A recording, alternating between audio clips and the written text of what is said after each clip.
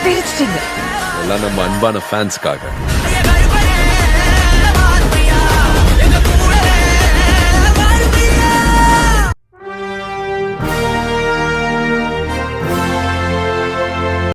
Hi hello friends, welcome to Cinikural channel. இன்னைக்கு கருப்புங்கிற ஒரு திரைப்படத்தோட திரைமனுஷனத்தை பார்க்க போறோம். ஆர்ஜே பாலாஜி இயக்கத்தில் சூர்யா நடிப்பில் உருவாகி பெரிதும் எதிர்பார்ப்புடன் இன்று வெளிவந்துள்ள திரைப்படம் தான் கருப்பு. இந்த படத்துடைய விமர்சனத்தை பார்க்கலாமா? கேரளாவில் இருந்து தனது மகளின் ஆபரேஷனுக்காக தமிழ்நாடு வருகிறார் இந்திரன்ஸ். வந்த இடத்தில் அவர்களுடைய நகையை திருடர்கள் கொள்ளையடித்து விட்டு செல்ல பின் அதனை போலீஸ் கண்டுபிடித்து கொண்டு கொடுக்கிறார்கள். ஆனால் 60 பவுன் தங்க நகைக்கு பதிலாக 45 பவுன் மட்டுமே திரும்ப தரப்படுகிறது. மேலும் இந்த நகையை இப்போது தர முடியாது, நீதிமன்றத்தின் மூலமாகத்தான் உங்களால் பெற்றுக்கொள்ள முடியும் என அங்கிருந்து கான்ஸ்டபிள் கூறுகிறார். இவர்களுடைய இந்த வழக்கை ஆர்ஜே பாலாஜி எடுத்து நடத்துகிறார். ஆனால் சுலபமாக முடிய வேண்டிய ஒரு வழக்கை வேண்டுமென்றே இழுத்தடித்து இந்திரன்ஸிடமிருந்து ஃபீஸை வாங்கி கொண்டு இருக்கிறார் ஆர்ஜே பாலாஜி. இந்த வழக்கு 4 மாதங்களுக்கு மேல் இழுத்து கொண்டே போக ஒரு கட்டத்தில் பாலாஜியால் நமக்கு நீதி கிடைக்காது என தெரிந்து கொள்கிறார் இந்திரன்ஸ். இதன் பின் இந்திரன்ஸ் அடுத்தது இனி இந்த வழக்கை நீ எப்படி நடத்துற என்று பார்க்கிறேன் என சவால் விடுகிறார் ஆர்ஜே பாலாஜி. இந்த நேரத்தில் தான் நீதிமன்ற வளாகத்திற்குள் உள்ள ஒரு கருப்பசாமியிடம் இந்திரன்ஸ் தனது வேதனையை கூறி என் பிரச்சனையை தீர்த்துவை என மிளகு அரைத்து கருப்பசாமிக்கு பூசுகிறார். பக்தரின் வேண்டுதலை ஏற்று வேட்டை கருப்பாக என்ட்ரி கொடுக்கிறார் சூர்யா. வந்தவுடன் ஆர்ஜே பாலாஜிக்கு தண்டனை தருகிறார். அப்போது பாலாஜி சாதுரியமாக பேசி என்னை கொல்வது எப்படி சரியாகும், நீங்கள் வேண்டுமென்றால் எங்களுடைய நீதிமன்றத்தை மாற்றி காட்டுங்கள் என சவால் விடுகிறார் ஆர்ஜே பாலாஜி. சவாலை ஏற்று நீதிமன்றத்தை சீரமைக்க மனிதனாக வருகிறார் கருப்பசாமி. இந்த சவாலில் கருப்பசாமி வெற்றி பெற்றாரா இல்லையா, கருப்பு கோட்டு போட்ட ஆசாமி வெற்றி பெற்றார்களா இல்லையா, நீதி கேட்டு வந்தவர்களுக்கு நீதி கிடைத்ததா இல்லையா, தவறு செய்தவர்களுக்கு நீதி விற்கப்பட்டதா அப்படிங்கிறது தான் இந்த படத்தோடைய மீத கதை.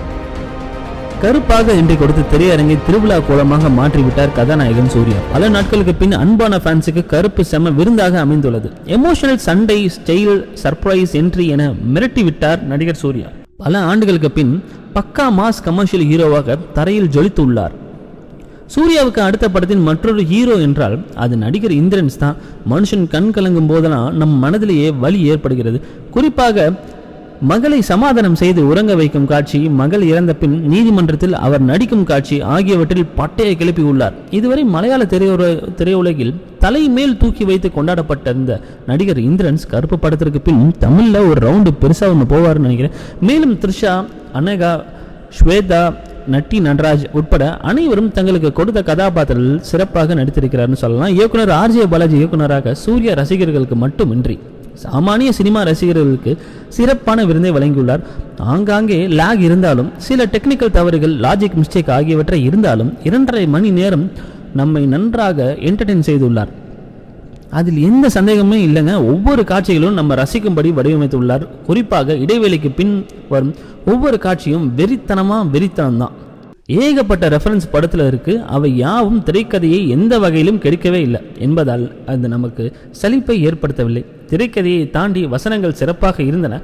30 வருடத்திற்கு முன் நீதிமன்றத்திற்கு நீதி கேட்டு வந்தவருக்கு 30 வருடங்கள் ஆகியும் நீதி கிடைக்காமல் இருக்கும். அவர் அந்த நீதிமன்றத்திலேயே எடுபடி வேலை செய்பவராக மாறிவிடுவார். அவரை யாரும் மதிக்கவும் மாட்டார்கள். அந்த கதாபாத்திரம் நீதிமன்றத்திற்கு வந்தால் தண்டனை கிடைத்துவிடும் என நம்புகிறோம். ஆனால் நீதிமன்றத்திற்கு வருவதே தண்டனை தான் என சொன்னாலும் வசனங்கள் அதெல்லாமே யதார்த்தத்தை பேசுகின்றன. இயக்குனராக மட்டுமின்றி நடிகராக இப்படத்தில் களமிறங்கியிருக்கிறார் ஆர்ஜே பாலாஜி. கத்தியை பயன்படுத்த வில்லத்தனம் செய்யாமல் புத்தியை பயன்படுத்தி வில்லத்தனம் செய்த பாலாஜியின் கதாபாத்திரம் ரசிக்கும்படியாக இருந்தது. ஆனால் இன்னும் சற்று வில்லத்தனம் பலமாக காட்டியிருக்கலாமோ என்ற சில இடங்களில் தோன்றுது. அதேபோல் கருப்பு என்ட்ரி தரும்போது அவருடைய இடத்தை காட்டியிருப்பார்கள். அது ஏதோ ஒரு நரகத்தை போன்ற ஒரு தோற்றத்தில் இருக்கும். கருப்பசாமி நரகத்தில் இருப்பவரை போல் காட்சி அமைத்த விதம் ஏற்றுக்கொள்ளும்படி இல்லை. ஒருவேளை அது தவறு செய்பவர்களுக்கு தண்டனை தரும் இடம் என்று இயக்குனர் அப்படி ஒரு காட்சி அமைத்திருந்தால் அந்த காட்சி ஓகே. படத்தின் மிகப்பெரிய பலமே இசை மற்றும் ஒளிப்பதிவு தான்.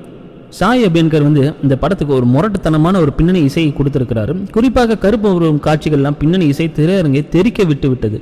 அதற்கு துணையாக ஒளிப்பதிவாளர் GK விஷ்ணுவின் மிரட்டலான ஒரு ஒளிப்பதிவு இருந்து என்பது குறிப்பிடத்தக்கது. மேலும் எடிட்டிங் இன்னும் சற்று நிதானமாக சண்டை காட்சிகளை கையாண்டிருக்கலாம். இந்த படத்தோட பிளஸ் பாயிண்ட்னு பார்த்தோம்னா படம் முழுக்க இந்த வேட்டை கருப்பாக சூர்யா ஆடிய ஆட்டம் பயங்கரமா இருந்துச்சு. இந்திரன்ஸ், ஆர்ஜே பாலாஜி, த்ரிஷா உங்களுடைய நடிப்பு, பின்னணி இசை மற்றும் ஒளிப்பதிவு, தியேட்டர் மூமெண்ட்ஸ், ரெஃபரன்ஸ் காட்சிகள், சண்டை காட்சிகள், கிளைமேக்ஸில் கருப்பு ஆட்டம் ஆடுறது, ஐயோ இந்த படம் ஒரு சூப்பர் டூப்பர் ஹிட் ஆகும் அப்படிங்கிற நம்ம சினிக்குழல் சேனல்லேருந்து ஒரு வாழ்த்து சொல்லிடுறோம். மைனஸ் பாயிண்ட்னு சொன்னால் அங்கங்கே ஏற்பட்ட ஒரு லேக் தான், அதை தவிர பெரிதாக குறை ஒன்றுமே இல்லை இந்த படத்தில். மொத்தத்தில் இந்த கருப்பு அன்பான ஃபேன்ஸுக்கு மட்டுமின்றி சாமானிய சினிமா ரசிகர்களுக்கு சிறப்பான விருது தான் சூர்யாவின் மாஸ் கம்பேக். இந்த படத்துக்கு நம்ம சேனல் கொடுக்கக்கூடிய ஸ்கோர் 3.5/5, 4 கொடுக்கலாம், 4/5. ஸோ தேங்க்ஸ் ஃபார் வாட்சிங், கீப் சப்போர்ட். சப்ஸ்கிரைப் பண்ணாங்க சப்ஸ்கிரைப் பண்ணிடுங்க. நன்றி, வணக்கம்.